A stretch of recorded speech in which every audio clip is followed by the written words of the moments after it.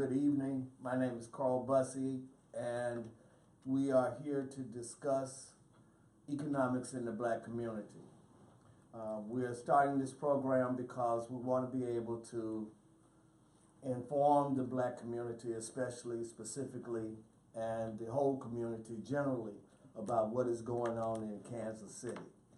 Joining me today is, to my right is Ajamu Webster with the DuBois consulting firm. He's located at 5737 Swope Parkway. I also have to his right is Kim Ade, that's A-D-E. She's with Misty Blue Fashion Explosion, isn't it? Expressions, I'm sorry. I'll get it together. And that's online. And we also have Carlos Nelson, who's with Cascade Media, but he's the president of the Kansas City Business Association. Good morning, good afternoon, all of you. Good morning, good afternoon. And so they wanted me to have an expression, and my expression this year is living the dream in 19. We not only just want to have a dream, we want to live the dream in 19. And that's why we're talking to these business associates who can inform you of how to live the dream, not just have the dream. So first, let me talk to Mr. Webster. Mr. Webster, could you tell us about your business, your consulting business that's located at 5737 Swope Parkway? We are a civil and structural engineering firm, and we've been in business now for 30 years. Actually, our 30th anniversary for opening is today. So 30 years ago, we opened our doors. Our focus is on water, wastewater treatment. So we're in the infrastructure of water, in purifying and sanitizing water. That's what we do. We also do other things. We're involved in work all over Kansas City in the 30 years that we've been in business. And I always like to say we're one of the major employers of African American engineers in Kansas City. And that's one way to live the dream, that we have businesses that can hire and train minorities. And he's one of them that will do that. Ms. Ade, Yes. Tell us about your business. I have an online store, Misty Blue Fashion Expressions. I sell fashion expressions or accessories for men and women. I sell handbags, eyeglasses, jewelry, all kinds of things to give conversation pieces a bold new look. All right. And how long have you been in business? Since '09. That's good. And it's still thriving, right? It's grown. All right. And how would we contact if we wanted some services from your business? I am at www.mistybluestyle, MISTYBLUESTYLE.com. www.mistybluestyle. All right. All right. And we also have with us Carlos Nelson, who is the president of the Kansas City Business Association, and he's also head of Cascade Media. Could you tell us about your business? Cascade Media, we're the only black-owned digital media in the Midwest. And as it relates to the Kansas City Business Association, we started that to try to bring some cohesion with the African-American business community that supports things that we're doing with Cascade Media and other things to enlighten our community. All right. And where's your business located? 1601 East 18th Street. We have 5 offices on the 2nd floor of the east side of the building. And certainly, how would individuals contact you for any services that you can provide? Well, you can go to whatsupworldwide.com or whatsupkansascity.net, and you can become a sponsor or you can become a contributor to the network. We're in 90 cities and 10 different countries. Okay, then let's have the conversation about economics in the community. It's our understanding from news reports that Mr. Trump says that the black community is doing well. Unemployment is down to 4% or 5%, but it's the lowest unemployment level for the black community, they say. I understand that in the 17th century there was full of employment for black people. Because all black people had a job and they could go down the cotton fields. So what does this low unemployment mean to us today, Mr. Webster? Well, I think we have to have a historical perspective on this question. I think I appreciate you mentioning when someone says it's the best unemployment, it's essentially the reference point is slavery. Right. But here's something we should keep in mind. One is that in 1910, an African American was more likely to be a business owner than a white American at that time. Between 1885 and 1935, we opened up 135 banks in America. Black-owned banks? Black-owned banks. Tulsa. Tulsa was just one. Okay. Right? Yeah. One other point I just want to give in relationship to that is in 1940, there were 211 black-owned insurance companies in one black insurance organization, and they had a total of 9,000 employees. So the question about African-American unemployment is really not the question. The real question is our ownership and control of resource. In other words, how many businesses do we own and control? And I'm giving you these numbers because we're going back 100 years. 100 years ago, we were doing substantially more as business owners, substantially more as creators of jobs than we're doing now. And when people try to do an evaluation of us, they typically compare us to other groups, and they say, oh, my goodness, Asians are doing this, how come African Americans not? And I think it's very important to remember that our economic viability was something that was absolutely 100% controlled by public policy. In other words, government policy limited African American business growth, where we can set up businesses, what businesses we can be in. I think your listeners our viewers should understand that it was quite, that there were laws all over the country, particularly in the South, that said that African Americans could not be in any business that a white person would compete in. Oh, absolutely. Given the fact that even though we've created so many different business industries, for example, catering was created by African Americans. It was created by a brother by the name of Bogles in Philadelphia in the 1810s. But because there were no whites who wanted to compete in that, we were able to thrive in those businesses. So if we only think about this thing in the 2019 perspective, we are always looking at ourselves on a skew. We have to look at it from the standpoint of where we have been and the fact that laws, public policy, common public norms, and essentially racism and white supremacy have limited African American opportunities, and that has happened for no other group in this country. So measurement of labor, the measurement of labor force is not what we should be talking about. No, that's like saying we've got less African American men in prison than we had 10 years ago. What does that mean? Okay. It doesn't. All that means is that we have taken a condition that was terrible and lessened, but it doesn't talk anything about growth.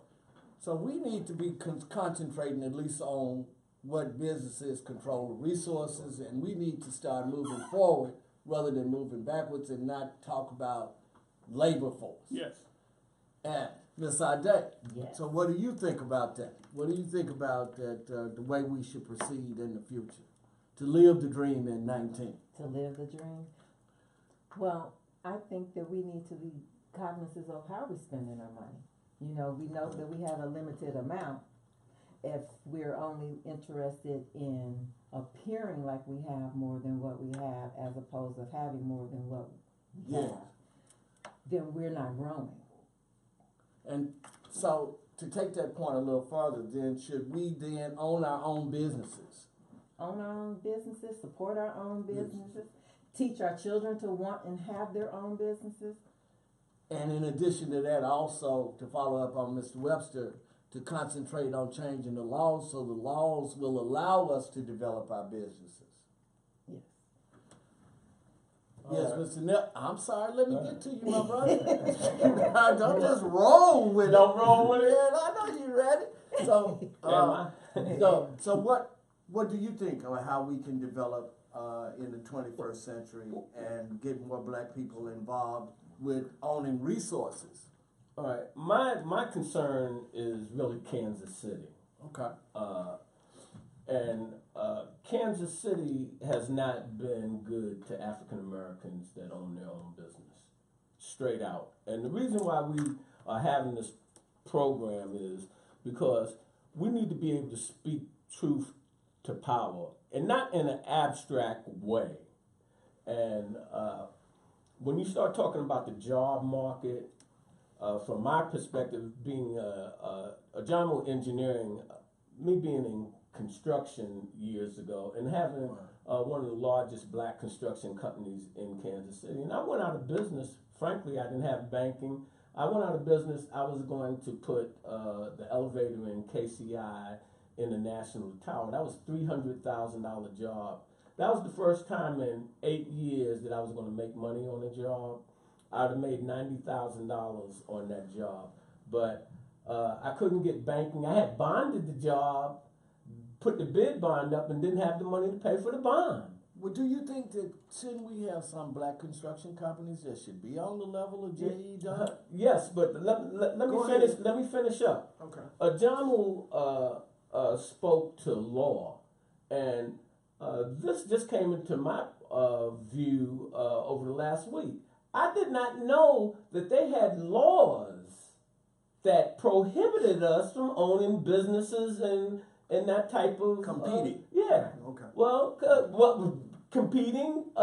They fixed it any kind of way they wanted, like Burger King, have it your way, and we have suffered from that. But as I said, I'm interested in what's going on in Kansas City, and where I stand, the African American community is disjointed. And so we can't bring our full power, economic power, to bear when this one is spending here and this one's over here and this one has an idea over here. And they're all good. But if you're operating separate, I give this as a example. We invaded Iraq. They said that they had the 1 million man army and that it was going to be the mother of all battles. But Norman Schwarzkopf said the first thing we're going to do, we're going to knock out their communications, see how they talk to the 1 million men. Okay. How do we talk to Kansas City African American community? Once upon a time, the Kansas City Call, 30 years ago, 35 years ago, 95% or a significant amount of African Americans had that call on Friday. And that kept you informed of what was going on. From a black perspective. Yeah, right. Well, hold on. Let me say this, and I make no apologies. I'm only interested in what's going on in my community. And as these programs come online, especially in the political arena, because the government is the largest employer and has the big bucks. All these people in Kansas City that are running for office, we will be inviting you on our business shows and our other shows to ask you, what are you doing specifically for the African American community? Not the whole community. They keep mixing us up in this pot, that pot, and then whatever pot they put us in, we wind up being at the bottom of the pot. And most of these laws were brought about to help African Americans. And then they put all these other people into the pot. And so when you start talking about business, bringing the conversation full circle, here in Kansas City, the establishment is so busy starting startups, they don't do business with the people that are in business. They start up, have 1 foot in business and 1 foot out of business. And it's only a mechanism, from my point of view, to employ the majority community. And if you look at all these agencies and what have you, they're busy trying to help the African American community. And in Kansas City, you have a hierarchy. All the money goes to this one corporation, and then it trickles down, but it's all spent on administration. But we can't live in isolation. No, we can't live in isolation, but we have a problem, Bussey. I mean, we can't. I mean, I understand that when Jim Crow was around and segregation was there, the only people we could go to was the black business. certainly that is no longer true in the 21st century. The white businesses have opened up their offices and their hearts to the black dollars. So certainly we don't live in isolation, and certainly I'm in a business where I don't have just black clients, I have a lot of white clients. So I mean, we can lend ourselves openly to everybody. No, let me make myself clear. Okay. Because I'm for my community does not mean I'm against anybody else's community. Let me make that perfectly clear. Yeah. But also what I have to make clear is what's going on. And I think I said to you, anyone that comes on Cascade Media, on any of our shows that cannot speak truth to power, you will not be invited again. That is the problem that we're having across the board in our community. And the power say, if they keep doing this, we'll keep doing what we're doing. And until we come together, and you cannot come together unless you can go to a source like the well and dip in and get water. And Cascade Media Group, What's Up Kansas City, specifically designed for the Kansas City audience, is a tool and a platform that can help educate and enlighten and inform our community to make better decisions, because we want to put, at least the Kansas City Business Association want to put all of these corporations, and I'll mention some of them like Highland, they're right here in our community. What are you doing in the African American community? And I don't think, you mentioned Trump, I don't think his voters care whether we like them or don't like them. And I think that's the problem with African Americans. We are trying to straddle that fence so that we can pay our bills. The moment you say anything that is negative as it relates to the majority community, whether it be true or not, it's like, he said this, I think we need to let him go. He's Kunta Kinte. He doesn't want to be Cut Toby. his foot off. Yeah, no, he doesn't want to be Toby. And nobody else has to be Toby but us. Everybody has come in this country and started a business and got wealthy, and we have not benefited. They come in our communities, suck the lifeblood out of it, and have no accountability. But that is the job of media, black media. And we have it, and I don't plan to shirk my fiduciary responsibilities as being president of Cascade Media Group or the Kansas City Business Association. We're going to shut this brother down. I'm down. I'm down, baby. I'm down. All right, Mr. Webster, since we got all our criticisms out, we talked about that, there's no sense in Excuse having... me, let me say this. I don't feel that they were criticisms. Okay. Let's Well, get our facts. terminology right. Problems. All right. Negative thing. Issues Issues that that we are have. affecting the Yeah. African American Right. business community, which affects our overall community. As Mr. Webster says, he employs the largest portion of engineers that are of African American descent in the city. Okay. And we need other businesses that can follow his lead. So once we identified the problems, All right. if you will, we must address a remedy.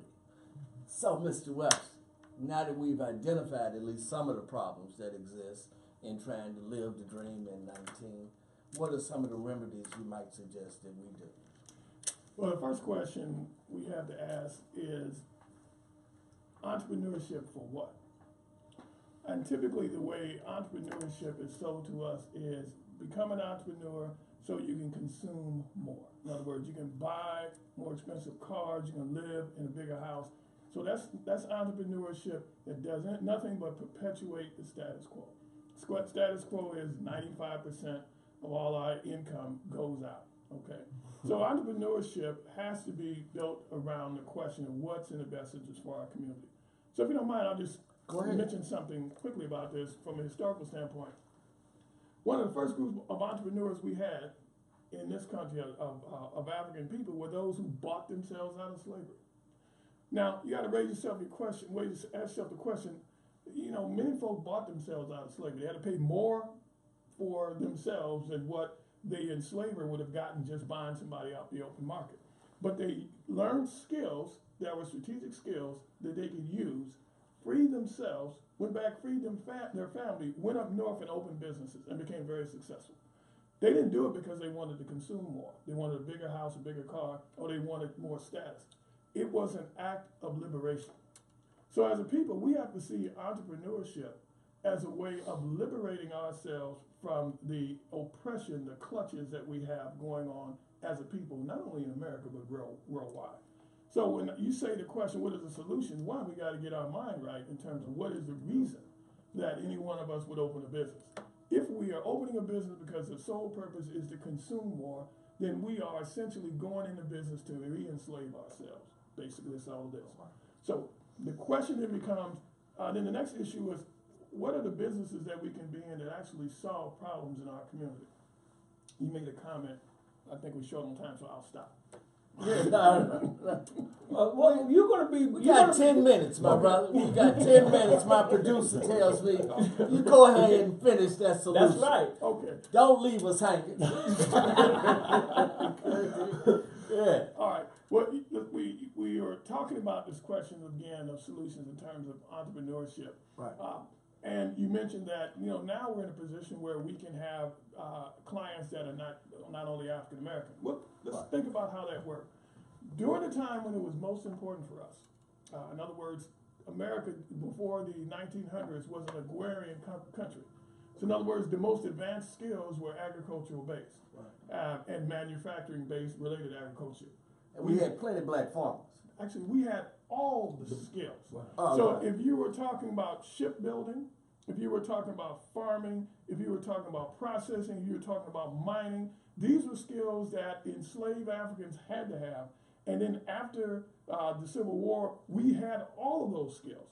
So you had to have public policy. You had to have the government vote to make sure that we couldn't use those skills to be effective. And that's when, at that time, we could not have any other race do business with us but our own. Right. Now think about this. When you start a business, you develop a clientele right in your community. But then you expand out. Right. And it's the ability to do business outside that brings dollars into your community. In other words, the ability to import resource dollars into your community because you're doing business outside. Especially living in a global society that And we it are in. allows you to grow. It allows you to grow. So Yeah. at the pivotal time when the American economy was transferring from being an agrarian economy to an industrial economy, when we had all those skills, at that time, had we been not forcibly restricted to just do business within our own community, we would be the dominant economic force in America right now. And it's very important for people to understand. Immigrants came in with very, very little skills. They were allowed to advance. We were being held back until they had developed the economy. By the policies of the government. Because black life was regulated by public policy. Where you could drink water, where you could eat, who you could do business with. Now, take that into consideration and consider this. If in fact, during that time, when we were at our peak in terms of skills, when nobody could compete with us in construction, when nobody could compete with us in manufacturing, when we were bringing our people with all these skills, if that had been unchecked, we would be the dominant force. Then, at that point, you were doing business with others outside of your community, but your community is a base. Now, we only have the option of either just doing business inside our community, or if we're doing business outside of our community, we're doing it on other people's terms. We're connected to their economic infrastructure. Those businesses that we do enrich their communities and not ours disproportionately. They don't live in our communities. So the point being is that there was a time when there's a difference between having an economic base and doing business outside, like the United States has an economic base and it does business outside, than just being a merchant who does business outside because your base is not developed. Kansas City Star reported today that the Kansas City is no longer a segregated community, that there's no longer the segregation because I believe that the white citizenry is moving into what normally was the black community on truths. Gentrification. I'm Move just into saying, the so hood. they're moving into the I must what interrupt used to be you. there. Go ahead. I must. You're the moderator. Bernard Powell. My When man. I first came here in '78, he had passed. I could remember before I knew anything about Kansas City. I'm walking down 125th Street. A.J. Lester's a black clothing store where we went. You remember back in the day, even when I came here, the speakers be outside the. I'd go downtown and Harold Penner had the speakers outside, and you hearing what's going on. I'm walking down 125th Street, and they say Bernard Powell. I had no idea I'd be end up in Kansas City. Assassinated. He won the highest award from the president. Blah blah blah. And when I came to Kansas City, Where was that? huh? Where was that? Where was this? 125th? No, I was on 125th Street, and it came. He made national news. Okay. All right. All right, and it came across. I forgot what the name of the award is. It's the highest civilian award you could get, and they said he had been assassinated. But when I came here, I met Jim Watts and Vernon Thompson, who was part of the SAC 20, and they gave me. I really got interested. And Bernard had the slogan, "Ghetto or gold mine, the choice is yours." And that was brilliant. And the choice that we have made is to have a ghetto instead of a gold mine. There's no other way I can say it. I want to give a shout out to Alex Ellison and Alice Ellison, who they did not move out their community. They moved in their community, fixed their community up, have a beautiful home. And that's what we've got to learn to do. We have our own communities, and we've got to support them. End of story. All right. Ms. Ade, what I leave it with you. What do you think the solutions are? We still haven't got them all. Audience, please wait. We're going to get some solutions. So what do you say? The solutions are, Yes, ma'am. instead of spending every dollar that you have, make it work. Make your dollars work for you. Make it grow. You So- concur with Mr. Webster? When you invest in your community, you're really just investing in yourself. Okay. Then we want to be able to still give the viewers all the solutions that we have. We've talked about two. Mental, you got to change your mind and your motivation. Secondly, you have to invest in your own community. And I'm still suggesting to you that the Star article suggests that our community is changing, that the people are moving out, and we don't have what is known as, or what we used to have as a sole black community. Well then, I mean, so let's answer the question. Why Okay. does anybody need to have what used to be what's called an ethnic enclave? Why does anybody need to have a place where they collect as a group? And one is because they can support each other politically, economically, okay. socially. You can do that. When you begin to disperse, you lose that. So the dispersion of us is actually a negative. It says that our ability to come together and decide who's going to represent us in city council, school board, if we lose that, our ability to do business with each other because we're in proximity, if we lose that, it's a step backwards. But that is the real question. And that's the political remedy. Let me ask you one last thing. I think we got a few more minutes. And that is, these houses and apartments that they building now in the normal and customary black community, they charging rent like $2,000 a month. Now, the people For a two-bedroom. Yeah, the people that we normally serve ain't gonna be able to move into these places.